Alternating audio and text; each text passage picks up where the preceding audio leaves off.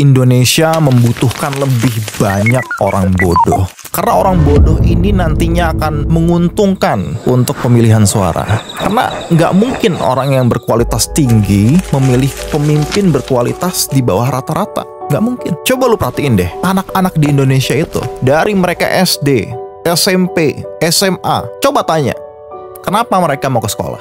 Coba tanya, apa tujuan mereka ke sekolah? Nothing. Mereka nggak ngerti kenapa mereka harus ke sekolah. Why? Mereka cuma going the flow.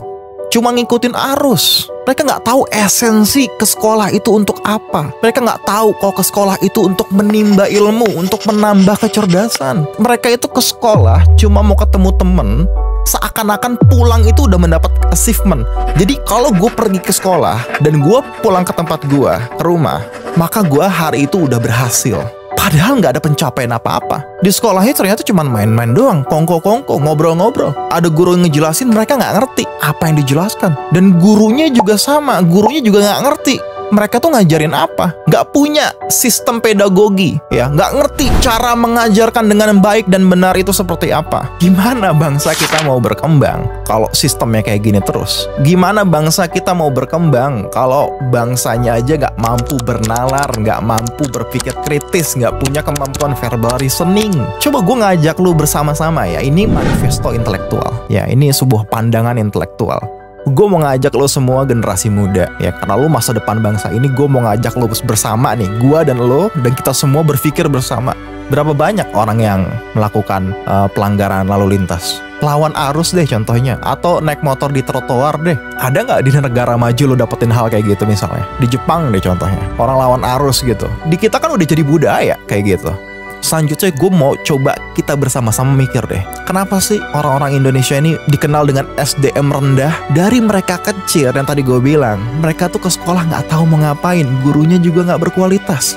Jadi nomor satu akar masalahnya adalah ketidaksadaran. Seandainya bangsa kita tuh sadar, ya, seandainya setiap orang di Indonesia tuh sadar bahwa kita belum berkembang, kita ini di zona yang sangat membahayakan. Kita nggak mungkin bisa berhasil di masa depan kalau kita di posisi yang seperti ini saat ini. Kalau nggak ada perkembangan, kita nggak mungkin berhasil. Jadi poin nomor satu adalah kesadaran, dan orang-orang Indonesia belum sadar. Lo bayangin, lo ajak ngomong kayak gini ke anak-anak yang suka tawuran, anak-anak yang suka melakukan tindakan vandalisme, nyoret-nyoret sana sini. Mereka tuh nggak sadar. Kita ini orang yang sadar. Kita harus bersama-sama secara persuasif ajak mereka untuk sadar bareng-bareng. Kenapa gue buat video seperti ini?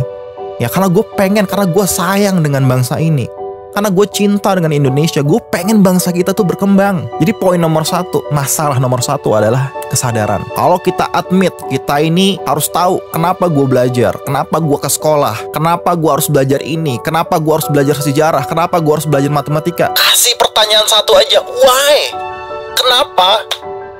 Kenapa gue harus belajar? Kenapa gue harus ke sekolah? Karena gue harus cerdas. Karena gue harus meningkatkan pengetahuan gue 1% aja setiap hari. Lu bayangin, seandainya seseorang itu sadar dan dia paham esensi ke sekolah itu untuk menambah kecerdasan dia, akhirnya dia sehari dapat perkembangan 1% aja. Bayangin, dalam 1 tahun dia udah dapat perkembangan dirinya sebanyak 365 kali. Dia berkembang 365 kali 12 tahun pendidikan di Indonesia sampai jenjang SMA. Artinya 365 kali 12. Artinya dia jauh lebih baik. Dia ribuan kali lebih baik dari dirinya yang sebelumnya. Seandainya dia tahu esensinya apa. Terus gue coba kontemplasi, gue coba berpikir, gue coba analisis lebih dalam. Apalagi sih masalah selanjutnya? Masalah selanjutnya adalah ketidakmampuan mereka di dalam belajar. Mereka tuh nggak tahu cara belajar. Di luar negeri tuh ada ilmunya, namanya metacognition, learning how to learn, belajar cara belajar. Dan orang Indonesia kebanyakan nggak mampu, nggak tahu cara belajar yang benar. Dia nggak tahu cara ningkatin kapasitasnya mereka. Ya, makanya gue bilang going the flow, cuma ngikut arus. Gue ke sekolah, kongko-kongko, seakan-akan belajar, gue pulang padahal nggak dapet apa-apa. Gila nggak? Sedih nggak lo kayak gitu? Coba gue ajak lo bareng-bareng ya. Gue ajak kita bersama untuk berpikir bareng-bareng. Kalau gue bilang cara belajar, metode apa sih yang paling bagus supaya orang itu bisa cepat ngerti dalam pembelajaran?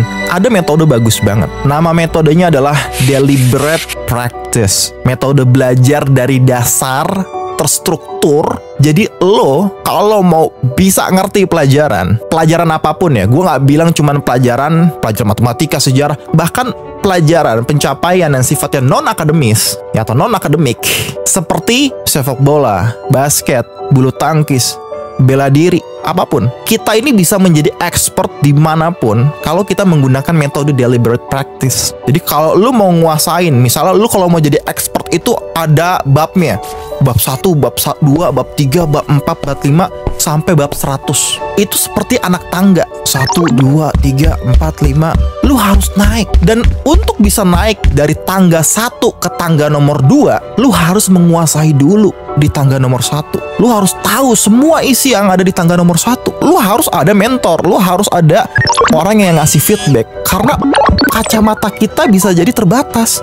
Kadang kita butuh masukan dari orang lain untuk mengetahui, gue bener gak sih? Gue udah bener belum ya? Gue udah tepat belum ya? Nah, lu butuh ahli atau orang-orang yang lu percaya dia lebih baik daripada lu bisa minta pandangan dia. Itu sebutannya sebagai feedback.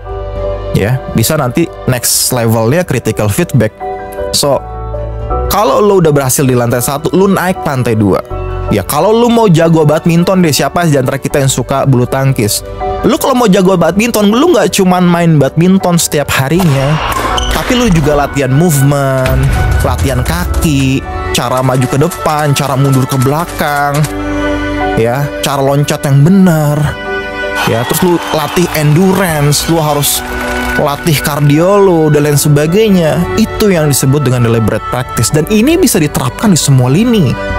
Lu bisa terapkan dari anak-anak SD, SMP, dan SMA. Lu bayangin, anak-anak yang tadinya nggak ngerti matematika itu apa itu integral, apa itu aljabar, dan lain sebagainya, dia bisa jadi sangat jago banget ketika menerapkan metode deliberate practice ini.